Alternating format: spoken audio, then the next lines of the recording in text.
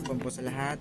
And guys, meron po tayong ni-repair dito na TCL 32 inch LED TV and nabuksan ko na guys. Tapos ang problema nito ay yung power supply, walang power yung unit. And pagkabukas po guys, nakita ko yung mga diode nya. Yan, nasunog po at short po lahat yung diode. Tapos sa likod nya, yan sunog guys. So ang ginawa ko guys is tinanggal ko yung mga diode na shorted nya, kasi hindi na pwedeng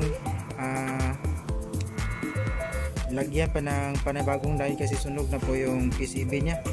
So ang ginawa ko guys, nag-rewire na lang ako and ginamitan ko na lang ng bridge type.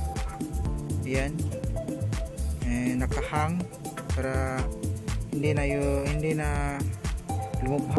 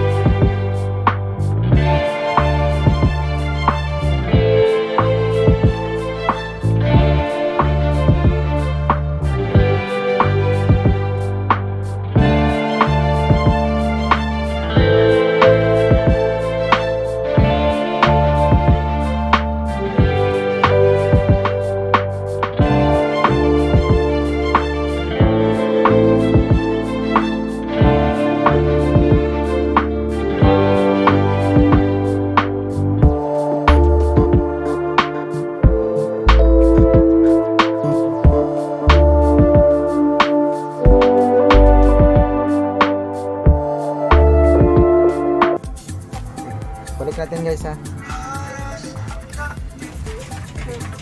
Pinutin natin yung power button nya. Boss, ang TV di boss. Suni bago to.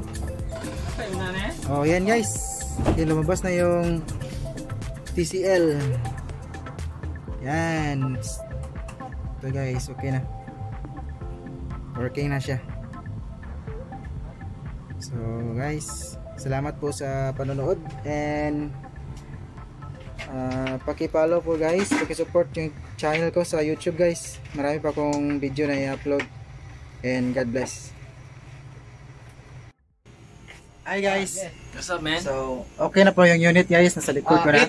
Tapos ko na ang isara. And guys, sa lahat ng mga Facebook friends ko dyan, sa mga nakilala sa akin, at sa mga kilala ko mga technician nga tulad ko, guys, kindly support my channel and please subscribe my channel. Salamat po.